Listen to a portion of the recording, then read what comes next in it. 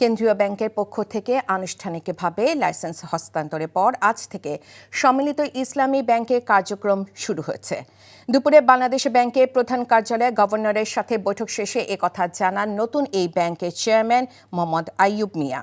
জানান, আমানতকারীদের আস্থা ফেরাতে এবং ব্যাংক সঠিকভাবে প্রতিষ্ঠা করতে অনেকগুলো কারিগরি টিম কাজ করছে।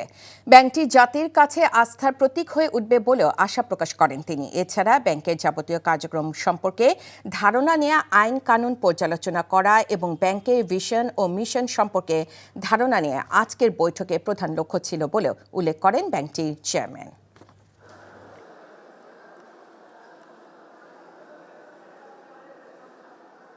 আমাদের প্রথম কাজই হচ্ছে আমানতকারীদের আস্থা ফিরিয়ে আনা, এবং আমরা মনে করি যে সরকারি সেক্টরে ইসলামী ব্যাংক আস্থার একটা প্রতীক হয়ে উঠবে, এটা আমি দৃঢ়ভাবে বিশ্বাস করি।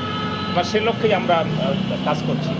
আজকে আমি মাননীয় গভর্নরের সাথে ইনফরমালি মিটিং করেছি, জেনেছি, এবং ইনশাল্লাহ সেভাবে সামনের দিকে কাজ করতে পারবো।